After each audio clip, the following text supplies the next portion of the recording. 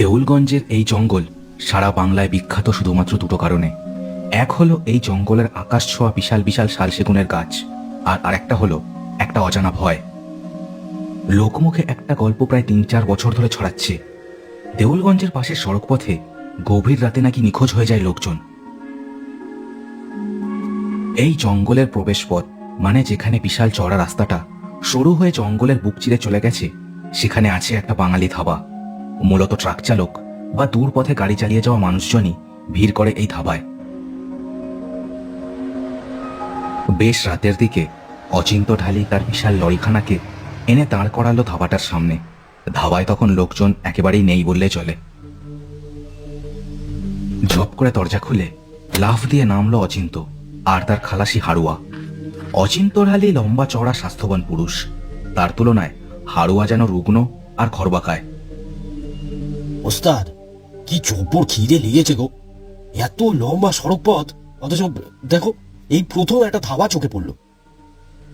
হাড়ুয়ার কথাগুলো এক কান দিয়ে ঢুকিয়ে আরেক কান দিয়ে বের করে দিল অচিন্ত। বাংলা, বিহার, উড়িষ্যা থেকে শুরু করে চেন্নাই, কখনো বিশাখাপট্টনম পর্যন্ত লরি নিয়ে পাড়ি দেয় সে। তবে এই দেউলগঞ্জ জঙ্গলের পথে তার এবারই প্রথম যাত্রা। কথাটা ভুল কিছু বলিসনি। এর আগে এত দূর এলাকায় পাড়ি দিয়েছি, কিন্তু এত নির্জন সড়ক আমিও দেখিনি। মার্বেল ডেলিভারির এই এত বড় কাজটা তো হাতছাড়া করতে পারবো না, তাই বাধ্য হয়ে এদিকে আসা, নইলে। অচিন্তর কথাটা শেষ হয় না। ধাবার থেকে একটা ছোকরা এসে দাঁড়ায় তাদের সামনে। অর্ডার বলুন। ভাত রুটি আর ডাল তরকা পাবেন। মাছ মাংস খেতে গেলে কিন্তু ডবল চার্জ দিতে হবে, অনেক রাত হয়ে গেছে। ওই হাত রুটি আর তরকাই হোক, তবে এই ধাবার মালিকের সাথে একটু দরকার ছিল যে। তিনি কোথায়? কেন, এনার সাথে কি দরকার? যা লাগবে আমারই বলেন। থাকার জন্য ঘরের দরকার হলে ওপরে ঘর আছে, তবে 5 জনের সাথে কিন্তু ঘর ভাগাভাগি করে থাকতে হবে। আর এত কথা বলিস কেন? ওস্তাদ যা বলছে তার উত্তর দে হতভাগা। ছোকরাটা হাড়ুয়ার ধমকানিতে চুপ করলো আর রক্তচক্ষুতে দুজনকে আঁকা পাঁচতলা দেখে নিয়ে বলল, ওই ওদিকে ক্যাশের টেবিলে বসে আছেন ওই লোকটা, যান। আর অর্ডার দিয়েছেন, এবার কিন্তু সময় লাগবে। ওই জেলের কয়েদিদের মতো থালা বাজানো শুরু করবেন না যেন, যত সব। রোগা টিংটিংয়ে এই ছোকরাটার মুখ যে খুব চলে, এ কথা বুঝেই তাকে আর পাত্তা না দিয়ে দুজনে মশমশ করে এগিয়ে যায় মালিকটির সাথে কথা বলতে। পুরনো রংচটা একটা টেবিল অর্ধেক ধাবার মধ্যে আর অর্ধেক ধাবার বাইরে পাতা। তার উল্টো দিকে যে লোকটা বসে আছে, তাকে দেখলে রীতিমতো ভয় হয়। মিশমিশে কালো রঙের একটা পাহাড় যেন ওখানে বসে আছে চুপ করে। বলুন কি চাই? ঘর চাইলে কিন্তু আলাদা করে কিছু পাবেন না। এই রাতের সময়টা এখানে খুব ভিড় থাকে। আরে না দাদা, ঘরটর নয়, একটা কথা জিজ্ঞেস করতে আসা। বলুন কি ব্যাপার, কি জানতে চান? এই দেউলগঞ্জের জঙ্গলের সড়কটা পার হয়ে বিজয়গড় পৌঁছতে ঠিক কত সময় লাগবে? আর রাস্তাটা কেমন? কোথাও ভাঙাচোরা আছে নাকি?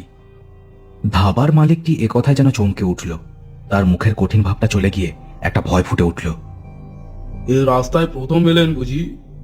দেখুন, আপনাদের ভালোর জন্যই বলছি, খবর টবর দেখেন না নাকি?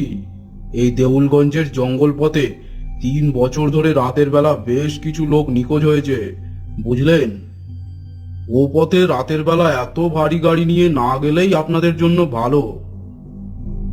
অচিন্ত আর হাড়ুয়া একথায় চোকাচোকি করল। এই ব্যাপারটা উড়ো খবরের মতো কানে এলেও তারা মাথা ঘামায়নি এসব নিয়ে। না দাদা, আজই যেতে হবে। কাল ভোর ভোর বিজয়গড়ে এই মার্বেল পাথরের ডেলিভারিটা না করলে চলবে না। বুঝলাম, বেশ, আপনাদের ব্যাপার। আমার সাবধান করার দরকার করে দিলাম, কপালে থাকলে বেঁচে যাবেন। অবশ্য মাত্র ঘন্টা দুয়েকের পথ এই দেউলগঞ্জের জঙ্গলের মাঝের রাস্তাটা, তারপর মূল শহরের সীমানা শুরু। বাবা, জঙ্গলের রাস্তা তো 2 ঘন্টা লাগে পেরোতে। কি করবে গো ওস্তাদ? কি আর করব, চল আগে পেট পুজোটা সারি, তারপর না হয় ভাবা যাবে। হাড়ুয়া আর অচিন্ত এসব কথা নিজেদের মধ্যে আলোচনা করতে করতে চলল ধাবার সামনে পাতা খাটিয়াগুলোর দিকে। দোকানের সামনে দূরে দূরে 4টে খাটিয়া পাতা, কোনোটাতেই কোনো লোক নেই। একপাশের একটায় বসেছিল অচিন্ত আর হাড়ুয়া। রাতের বাতাস ধীরে ধীরে শীতলতার দিকে যাচ্ছে। ফাঁকা জায়গা বলে হাওয়ার চাপটাও যেন এখানে বেশি। দুজনে বসে বসে নানান কথা নিয়ে আলোচনা করছিল। এমন সময় হারুয়া দেখলো জঙ্গলের দিক থেকে একটা লোক বেরিয়ে এলো। লোকটার সারা মুখে দাড়ি গোঁফ, আর গায়ের বসন বাসন যেন বহুকালের নোংরা জরাচিহ্ন। দেখে মনে হয় এতক্ষণ মাটিতে গড়াগড়ি দিচ্ছিল, হঠাৎ উঠে এসে দাঁড়িয়েছে। এই কেড়ে ওটা, এই পাগলা টাগলা নাকি? এই ভাগ ভাগ গেছে, চল। হারুয়া থাম দেখি, ভুকা লোক মনে হচ্ছে, মনে হয় খেতে পায় না। এই যে এদিকে এসো, এখানে বসো। লোকটা এ কথায় কয়েক মুহূর্ত কি ভাবলো, তারপর এক পা দুপা করে এগিয়ে এসে বসলো তাদের খাটিয়ার পাশের দড়ি দিয়ে বানানো মোড়াটায়। কে হে তুমি? জঙ্গলের মধ্যে কি করছিলে এত রাতে? মুখ চোখ দেখে তো পাগল মনে হচ্ছে না, কি ব্যাপার? সে অনেক কথা। আমি এখানে এলাম তোমাদের সাবধান করতে। আমি পাগল নই, না না না, আমি পাগল নই। আমার নাম বেচু গুনিন। আমি গুনিনগিরি করি ওই ওই বিজয়গড়ের বাজারে। সেখানে আমার ইট বাঁধানো বসার জায়গা আছে। আমি পাগল নই। হারুয়া আর অচিন্ত একে অন্যের দিকে দেখলো একবার। এ আবার কি নতুন আপদ রে বাবা? শোনো তোমরা দুজনে, আমি একটা কথা বলি। আজ রাতটা তোমরা এখানে মানে এই ধাবায় কাটিয়ে দাও। কাল সকালে দিনের আলো ফুটলে তবে রওনা দিও। তোমাদের ভালোর জন্যই বললাম, নইলে খুব বিপদে পড়বে। খুব বিপদে পড়বে। লোকটার কথা শুনে অচিন্ত এবার হারুয়ার দিকে তাকালো। খালাসি ছেলেটা নতুন আর সহজ সরল, সে যে ভয় পাচ্ছে সেটা অচিন্ত দেখেই বুঝতে পারল। এই লেন আপনাদের খাবার, কোথায় রাখবো? হঠাৎ ধাবার ছোকরাটার কথায় চমকে দুজনে পেছন ফেরে দেখে দুটো থালা হাতে ছোকরাটা মুখে এক রাশ বিরক্তি নিয়ে দাঁড়িয়ে আছে। আরে কোথায় রাখবো বলেন? একেবারে যে ভেবে গেলেন আমার থেকে, হলোটা কি? অচিন্ত এ কথায় সামনে ইশারা করে আবার সামনের দিকে ঘুরে কিছু বলতে গেল, কিন্তু আবার চমক, তাদের সামনের মোড়াটা শূন্য, যেন কেউ ছিলই না এতক্ষণ ওখানে বসে। ওস্তাদ বলছি, লোকটা গেল কোথায় বলো তো?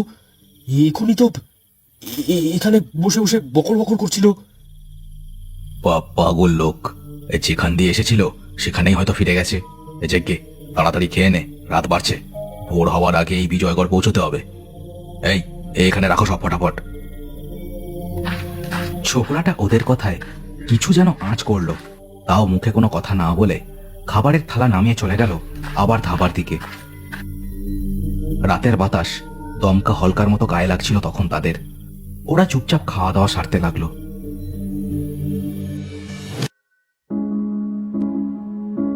প্রায় ঘন্টাখানেক বাদে দুজনে যখন আবার লরিতে চড়ে বসলো, তখন মাথার ওপর গোল থালার মতো চাঁদ উঠেছে।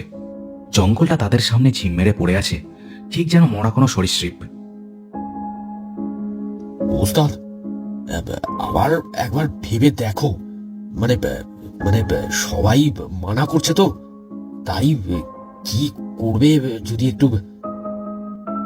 অত ভয় পাস নে রে হতভাগা, তুই এ লাইনে নতুন, তাই এসব তোর বোঝার উপায় নেই। ধাবার মালিকটা আমাদের ভয় দেখিয়ে বুদ্ধু বানিয়ে নিজের ইনকাম বাড়িয়ে নিতে চায়। ছাড় এসব। জয় মা কালী, রক্ষে করো মা, রক্ষে করো। মা কালীর নাম নিয়ে অচিন্ত লরিটা ছাড়ল। জন্তুর মতো গর্জন তুলে বিশাল গাড়িটা ধুলো উড়িয়ে চলল জঙ্গলের পথে।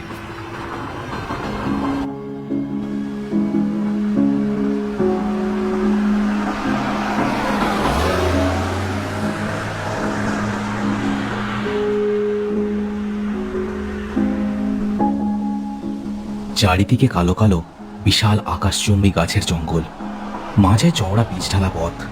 বিশাল লরিটা হাওয়া কেটে এগিয়ে চলেছে। গাড়ির স্টিয়ারিং ধরে মুখটা শক্ত করে বসে আছে অচিন্ত। তার পাশে বসে একটানা কথা বলে চলেছে হারুয়া। খালাসিদের কাজই মূলত কথা বলে গাড়ির চালককে ঘুমিয়ে পড়া থেকে আটকানো। আচ্ছা ওস্তাদ, একটা কথা বলো তো, বলছি কি মনে হয় তোমার, এই জঙ্গলে যে এত লোক এই রাতের বেলা হারিয়ে যায়, সে খবরখানা কি সত্যি? কি জানি, দেখ এইসব তো জঙ্গলের পথ, কত রকম বিপদ আপদ থাকে। তবে হ্যাঁ, বন্য জন্তু এখন আর এখানে থাকে না, বুঝলি? জন্তু নয় বলছো? তবে লোকজন কোথায় গায়েব হয়? মানে কি মনে হয় তোমার? ডাকাতির কাণ্ড নয় তো? জানি না। দেখ, এই এলাকায় আমারও এই প্রথমবার রাতের যাত্রা, তাই এসব নিয়ে কোনো ধারণা নেই। ডাকাত হলে তো তবু ভালো, কিন্তু ডাকাত ছাড়া যদি অন্য কিছু হয় তখন কি করবি? অচিন্ত ইচ্ছে করেই কথাটা বলল। হাড়ুয়াকে ভয় দেখিয়ে তার বেশ মজাই লাগে। হাড়ুয়া আবার কিছু একটা বলল। অচিন্ত ঘাড় ঘুরিয়ে হাড়ুয়াকে উত্তর দিতে গিয়ে হঠাৎ ঘ্যাঁচ করে ব্রেক কষল। হাড়ুয়া প্রায় ছিটকেই পড়ে যাচ্ছিল নিজের সিট থেকে। আরে আরে, কি হলোটা কি তোমার? এখনই তো সব নিয়ে উল্টে যেত একবারে গাড়িখান। শ্শ্, চুপ, কান পেতে শোন দেখি, কারো ডাক শুনতে পাচ্ছিস না? হাড়ুয়া কান পেতে শুনল। সত্যি জঙ্গলের নিঝুম পরিবেশের মধ্যে হাওয়ার সাথে মিশে কারো যেন গলার শব্দ শোনা যাচ্ছে। হ্যাঁ, ঠিকই বলেছ, কিন্তু কোথাও তো কেউ চোখে পড়ছে। ও ও কি? ওদিকে দেখো। কথাটা বলতে গিয়েও সে যেন পাথরের মতো থমকে গেল। তার চোখ দুটো ভয়ে ঠিকরে বেরিয়ে এসেছে। অচিন্ত তার দিক থেকে মুখ ফিরিয়ে সামনে তাকালো। তারও এবার বুকটা ধড়াস করে উঠল। রাস্তার মাঝে একটা দেহ দাঁড়িয়ে। কালো ছায়ার মতো দেহটার ঘাড়ের ওপর থেকে মাথাটা যেন কেউ কেটে নিয়েছে পরিষ্কার করে। মুন্ডহীন একটা দেহ দাঁড়িয়ে আছে রাস্তার ঠিক মাঝেই। কয়েক মুহূর্ত দুজন যেন ঘোরের মধ্যে চলে গেছিল। অচিন্ত চোখ ফেরাতেই ভুলে গেছে সেই ছায়াটা তাদের যেন নিজের দিকে টানছে। ও ওস্তাদ, ওস্তাদ গাড়ি চালিয়ে দাও। ওস্তাদ, ওস্তাদ গাড়ি চালিয়ে দাও। অচিন্ত চমকে উঠে লরিটা সামনের দিকে চালিয়ে দিল। ছায়াটাকে ভেদ করে গাড়িটা আবার হু হু করে ছুটে চলল। হাড়ুয়া আর অচিন্ত একেবারে বমকে গেছে। কি দেখলো তারা? কোনোভাবেই যেন তারা নিজেদের সহজ করতে পারছে না। কি ছিল গো ওটা? হেমা কালী, কি দেখলাম গো? হেমা, আমার আমার গা এখনো কাঁপছে, দেখো। চুপ মার বেটা, আমারও হাত কাঁপছে। এখনই ঠুকে যাবে কোথাও। চুপ কর। দুজনেই চুপ করলো, কিন্তু সে রাতের ভয়ের খেলা তখন সবে শুরু হয়েছে। কারণ অচিন্তর বারবার মনে হতে লাগলো কিছু একটা যেন তাদের লরির পেছনে ধাওয়া করছে। এই, একবার গলা বের করে দেখ দেখি, কোনো গাড়ি পেছনে আসছে নাকি?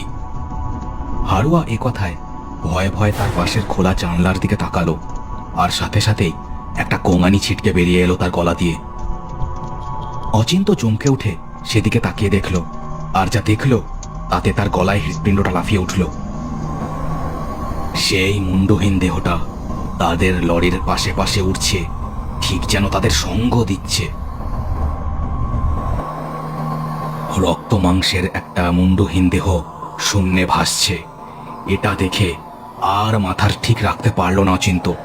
তার হাত এমনিই কাঁপছিল। নিয়ন্ত্রণ হারিয়ে বিশাল লরিখানা প্রবল জোরে একটা ধাক্কা মেরে বসল জঙ্গলের একটা গাছে।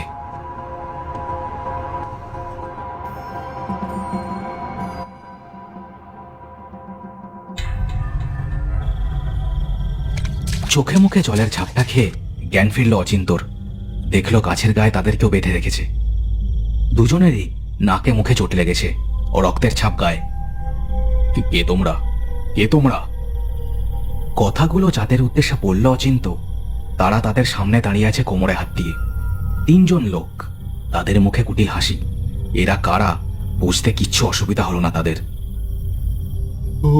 ওস্তাদ, ওস্তাদ, এরা এরা এরা ডাকু। এবার এবার এবার এবার কি হবে গো? এবার কি হবে? চুপ, আমরা ডাকু নই রে, আমরা পেয়সাদার।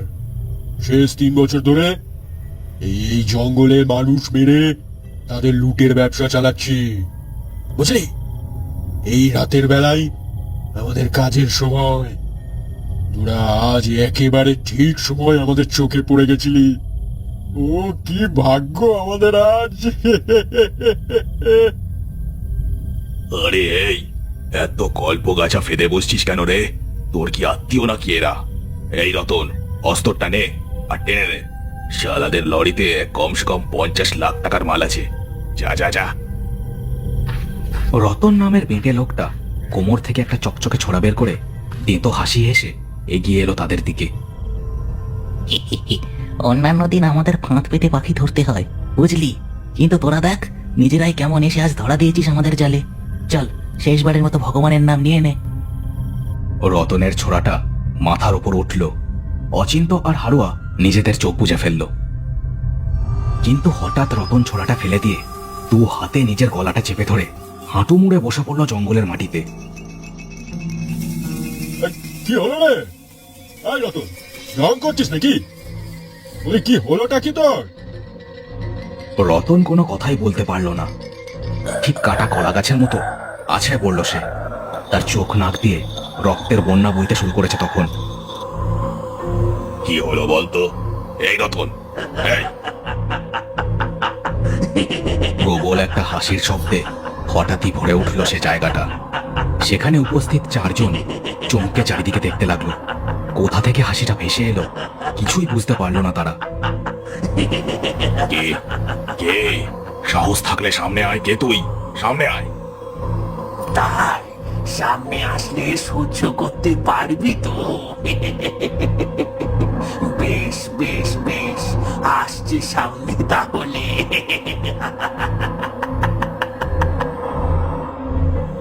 প্রবল হাওয়া বইতে শুরু করলো। জঙ্গলের শুকনো পাতা উড়ে যেতে লাগলো এদিক থেকে ওদিক। বাতাসের মধ্যেই ধুলো জমাট বেঁধে ধীরে ধীরে একটা চেহারা তৈরি হলো। অচিন্ত আর হারুয়া অবাক হয়ে দেখল এটা সেই ধাবায় দেখা লোকটা। ডাকাত দুজন যেন পাথর হয়ে গিয়েছিল। তাদের মুখ দিয়ে আর কোনো কথা বেরোলো না। দুজনে হাঁটু মুড়ে বসে পড়ল জঙ্গলের মাটির উপর। দুজনেরই চোখ আর নাক দিয়ে ধীরে ধীরে বেরোতে লাগলো লাল রক্তের ধারা। কয়েক মুহূর্ত পরে দুজনে ঠিক রতনের মতোই আছড়ে পড়ল মাটিতে। অচিন্ত আর হারুয়া বিস্ফারিত চোখে দেখল তাদের গায়ের বাঁধন আলগা হয়ে মাটিতে পড়ে গেল। সেই লোকটা তাদের দিকে ঘুরে তাকালো। কে তুমি?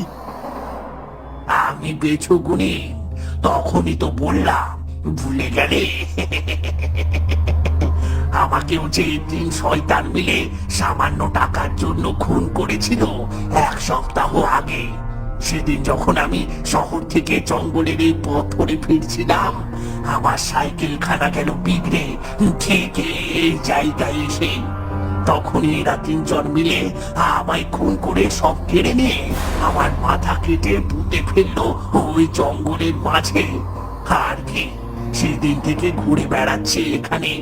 এই জঙ্গলে যারা রাতের বেলা ঢোকার কথা ভাবে তাদের আমি সাবধান করি যেভাবে পারি। এটাই আমার কাজ এখন।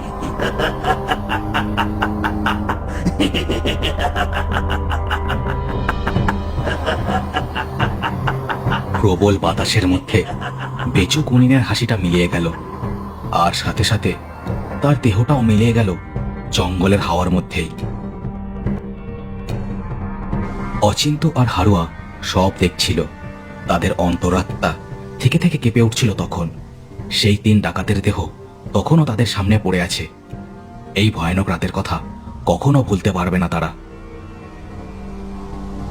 দুজনে এরপর ধীরে ধীরে হেঁটে চলল জঙ্গলের বাইরের পথের দিকে। বাইরে বেরিয়ে তারা পুলিশে খবর দেবে বেচু কুনিনের দেহটা উদ্ধার হওয়া দরকার।